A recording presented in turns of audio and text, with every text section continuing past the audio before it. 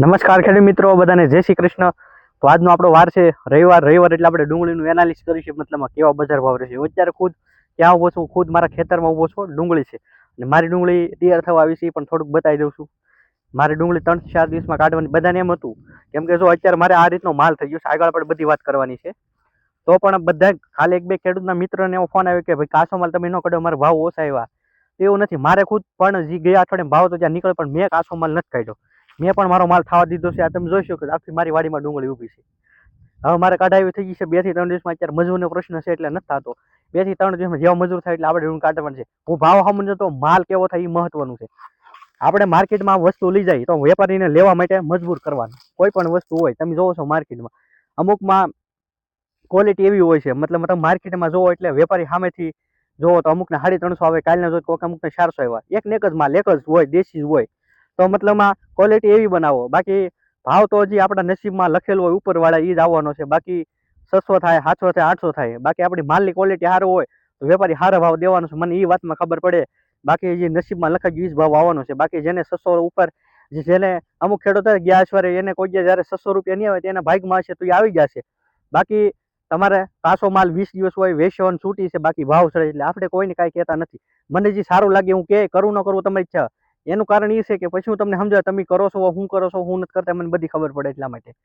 તો વાત કરી તો ડુંગળીના બજાર ભાવ કેવા રહેશે. તો ગઈ અઠવાડિયે મેં તમને શરૂઆતથી મંગળવારથી કીધું કે આ અઠવાડિયામાં તો મંદી જેવો જ માલ હોય ને એવો જ રોશે. અને હું જે રીતે કહું છું એ પ્રમાણે અનુમાન થાય છે. બાકી એવું ન હોય તમ તારે આપણે કોમેન્ટ લખી શકો છો. અને હું કાચો માલ કાઢું એટલે ના પાડું કે કાચો માલ કાઢીએ તો એક તો ભાવ ઓછા આવે. હું ઉદાહરણ આપું. બાકી કાચો માલ જેને કાઢવાની છૂટી છે, હું કોઈને કાઢવા ના નથી પાડતો. એ પણ ખાસ ધ્યાન રાખજો. એટલે કાલ સવારે તમને એમ પ્રશ્ન થાય કે રાજુભાઈ મેં કાચો માલ કાઢ્યો તો મારે એટલા રૂપિયા. એક ખેડૂતનો એવી રીતનો ફોન આવ્યો ગોંડલ બાજુથી. હું કોઈ ગામનું નામ, ખેડૂતનું નામ લેતો નથી, પણ ખાલી ઉદાહરણ આપું છું. એ ભાઈ મને ફોન કર્યો કે તમે ના પડે એટલે મેં કાચો માલ ન કાઢ્યો ને અત્યારે મારો માલ પાકી છે, પણ અત્યારે ભાવ બે ગયા. તો ભાવ બે જાય ને સામે એના વજન વચ્ચે ઠેલ્યું વચ્ચે પહેલા કદાચ પસાર થતો, અત્યારે 70 ઠેલી થાય વીઘે. એક ઉદાહરણ આપ્યું છે આ રીતે. તો આવો ફાયદો છે, હાટ હું તમને કહું છું. અને હજી કઈ ભાવ કાવ બેસી ગયા એટલે કઈ 600 રૂપિયા 100 રૂપિયા નથી ગયા. 100-150 રૂપિયા ઘટાડો કે ઘટાડો ન ગણાય એવું મારું કેવું છે. એટલે ઘટાડો તો કહેવાય, પણ આગળ 600 રૂપિયા તમારે 100 રૂપિયા થઈ જાય તો તમને દુઃખ લાગે, પણ કઈ એટલો બધો કઈ ઘટાડો છો નથી. આ વાત ઉપર કેટલા ખેડૂતોને મારી સાથે સહમતી પણ ખાસ લખજો.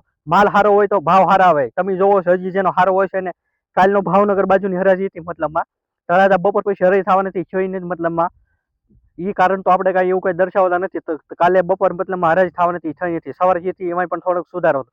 કાલે ભાવનગર બાજુ મૈકો જે આપણે ડુંગળી આવે છે, મતલબમાં એ 500 થી લઈને 575 સુધી વેચાણી છે. સારા સારા હતા. એમાંથી 2-3 ખેડૂત છે જેને મારું લોકો સ્ટેટસ જોયું, જે આપણી ડીપકે પ્લસ આ જે દવા આવે છે એ વાપરીથી એ લોકોને એક ખેડૂતને 537, એકને 555 રૂપિયા આવ્યા છે. કાલની વાત કરું, કાલે ભાવનગરની વાત કરું છું, જે ખેડૂતને ભાવ આવ્યા છે. કેમ કે આ દવા જે વાપરે છે ને રિઝલ્ટ મળે છે, સફળતા મળે છે એટલા માટે. અને એનો વિડીયો આપણે જે વિડીયો બનાવ્યો છે જે ખેડૂતનો, એ કાલે આપણે જે સવારે જે બજાર ભાવ દઈશું એની સાથે વિડીયો આવવાનો છે. ખેડૂતને હું ફાયદા થાય. તો આ દવા વાપરવા લાયક માટે સારી છે, એટલે માટે હું ફોકસ કરું છું. અને ડુંગળીના ભાવો આવતા અઠવાડિયામાં આવક કેવી રહેશે એની ઉપર એવું મારું અનુમાન છે. પછી એક મારી બીજી ખાસ નંબર વિનંતી છે, તમારે કોઈ પણ ફોન કરવો હોય ને તો સાંજે કોઈ ફોન કરવાનું રાખતા નહીં. અને ફોન કરો તો જે કામ હોય ને એવા સવાલ કરવાના, કોઈ એક્સ્ટ્રા સવાલ નહીં કરવાના ખાસ. કેમ કે હું જોઉં છું અમુક ખેડૂતો ન પૂછવાના સવાલ પૂછે છે, એનો કોઈ જવાબ મારી પાસે હોય નહીં. હું ફક્ત વિડીયો બનાવું છું. આજે વિડીયો બનાવું છું, ફક્ત વિડીયો બનાવું. હું કોઈ યાર્ડમાં કોઈ મતલબમાં કોઈ યાર્ડમાં હું મતલબમાં હું કોઈ નોકરી નથી કરતો. મારે કોઈ પેઢી નથી. અને હું કોઈ પ્રકારનો દલાલ નથી. મારી પાસે તમે જે પ્રશ્ન કરીને જવાબ આપું છું. અને જે યાર્ડમાં મતલબમાં ડુંગળી તમે નાખી દીધી હોય, પછી તમે જે પેઢીમાં ઉતરો એને ફોન કરવાનો મારો વારો આવશે કે નહીં આવે. અમુક ખેડૂતો મને એ રીતના ફોન કરે, મેં અહીંયા ઉતારી છે, મારો આજ વારો આવશે, કાલ આવશે. કેમ કે હું ફક્ત વિડીયો બનાવું છું, તમારા સુધી વિડીયો પૂછો એટલે તમે ઘરે બેઠા બજાર ભાવ જોઈ શકો છો એટલા માટે. એટલે હું કોઈ ઓલો નથી, એટલા માટે તમે તમારી જે પેઢીમાં ઉતાર્યું એને તમારે ફોન કરવાનો ખાસ એ વિનંતી છે. બાકી જે અમુક ખેડૂત મિત્રો તો એવા છે, રોજ ફોન કરે, વિડીયો આપણે જોઈ લઈએ તો કે હવે કાલ શું થાય. વિડીયોમાં જે ભાવ હું બતાવી દઉં છું તો તમે મને રોજ ને રોજ એક ને એક બાબતે એવા ફોન મને પ્લીઝ નહીં કરતા. કેમ કે રોજ મારે ઘણા ખેડૂત મિત્રો ફોન આવતો, મારે હું જવાબ દેવા. પછી મને એમ થાય, પછી તમને પછી જો એવા રીતે પછી અમુક ખેડૂતોના બહુ ફોન આવશે તો પછી મારે બ્લોક લિસ્ટમાં ન નાખવું પડે. ખાસ ધ્યાન રાખજો. અમુક વસ્તુની લિમિટ હોય, કેમ કે પછી મને પણ સારું ન લાગે. વિડીયો જોઈ હોય એમાં તમને સંપૂર્ણ માહિતી મળી ગયેલી હોય, છતાં તમે પાછા મને ફોન કરો પર્સનલી, તો જે એમાં હોય એ જ એમાં હોય. પછી એમાં કઈ મારે એક્સ્ટ્રા કોઈ પણ જવાબ ન દેવાનો હોય, ખાસ ધ્યાન રાખજો એટલા માટે. કેમ કે અમુક ખેડૂતો હશે હમણાં 2 દિવસ વચ્ચે મારે એક ખેડૂત હતો, એ રોજ ફોન કરે મને, વિડીયો જોઈ લે આમાં બહાર બતા, હવે તમને કાલ કેમ લાગે છે, એ કોઈ મારા હાથમાં નથી, ઉપર જે તેજી મંદિર ઉપર હાથમાં છે. એટલે એ ખાસ ધ્યાન રાખજો, મને ફોન કરો, તમારે કોઈ એવું કામ હોય ફોન કરો, પણ એવી રીતે ખોટી રોજ ને રોજ વિડીયો જોઈ લે પછી પાછા ફોન કરે, રાજુભાઈ કાલ શું થાય, પમદી શું થાય, એવો કોઈ પણ અનુમાન મારી પાસે ન હોય.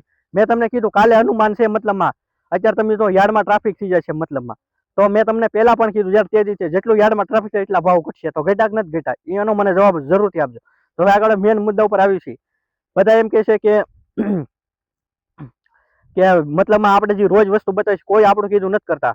પછી ઘણા એમ કે મેં તમે કીધું એટલે કાચો માલ લગાડ, તો આ વસ્તુ એવી છે ડીપી પ્લસ મેં મારી ખુદના ખેતરમાં વાપરેલી છે.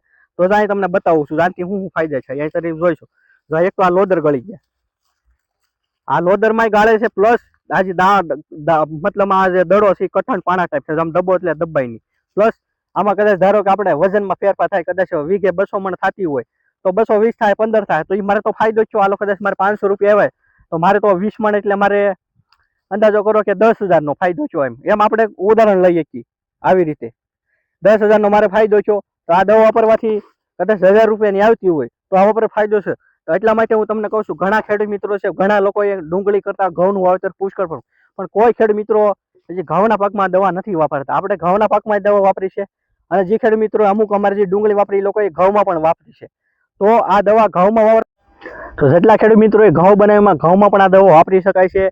ઘઉંના વાપરવાથી આપણે એક તો ઘઉં છે, આપણે એક તો ખાવા કર્યા પ્લસ વેસવા કર્યા હોય તો આપણે ખાઈએ તો ઘરે ખાઈએ તો વસ્તુ સારી ખવાય. આ દવા વાપરવાથી ઘઉંની ક્વોલિટી સારી છે, પ્લસ સ્વાદમાં ફેર પડે. એટલા માટે હું તમને રોજ કહું છું ઘઉંના પાકમાં વાપરો.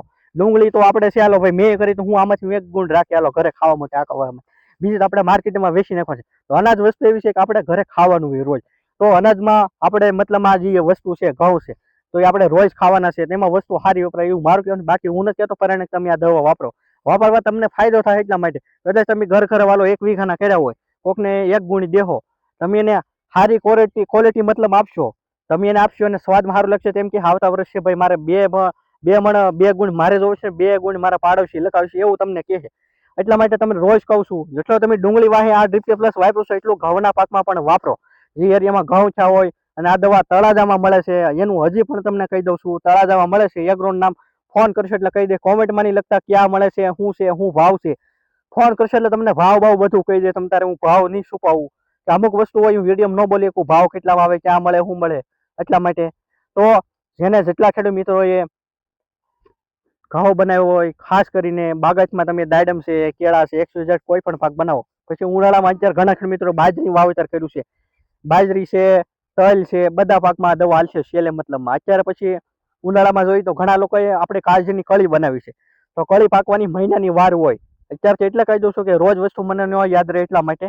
તો કાજની કળીમાં પણ આ દવા 1 મહિનાની વાર હોય, મતલબ છેલ્લા મહિનાથી 25 દિવસની ત્યારે આ દવા એમાં પાઈ શકાશે. એની હિસાબે કાજની કળી હોય એની ક્વોલિટી સારી થાય, એટલે મતલબમાં એકદમ કઠણ થાય. એકદમ કઠણ થાય એટલે પોલી નો રહે, એટલે તમે મેડામાં હાંસવો તો બગડે ઓછી. આમથી ક્વોલિટી નબળી હોય તો બગડવાનો પ્રશ્ન રહે. એટલે કઠણ એકદમ સારી છે તો અમુક વખત ઘણાને બગડી જાય છે, મતલબમાં ફેલ થઈ જાય છે, એવો પ્રશ્ન ઓછો રહેશે. એ કાજની ડુંગળીમાં એટલો ફાયદો કરશે. બાકી મેં તો મારી ડુંગળીમાં વાપર્યું છે, તમે જોઈ શકો છો આ ક્વોલિટી.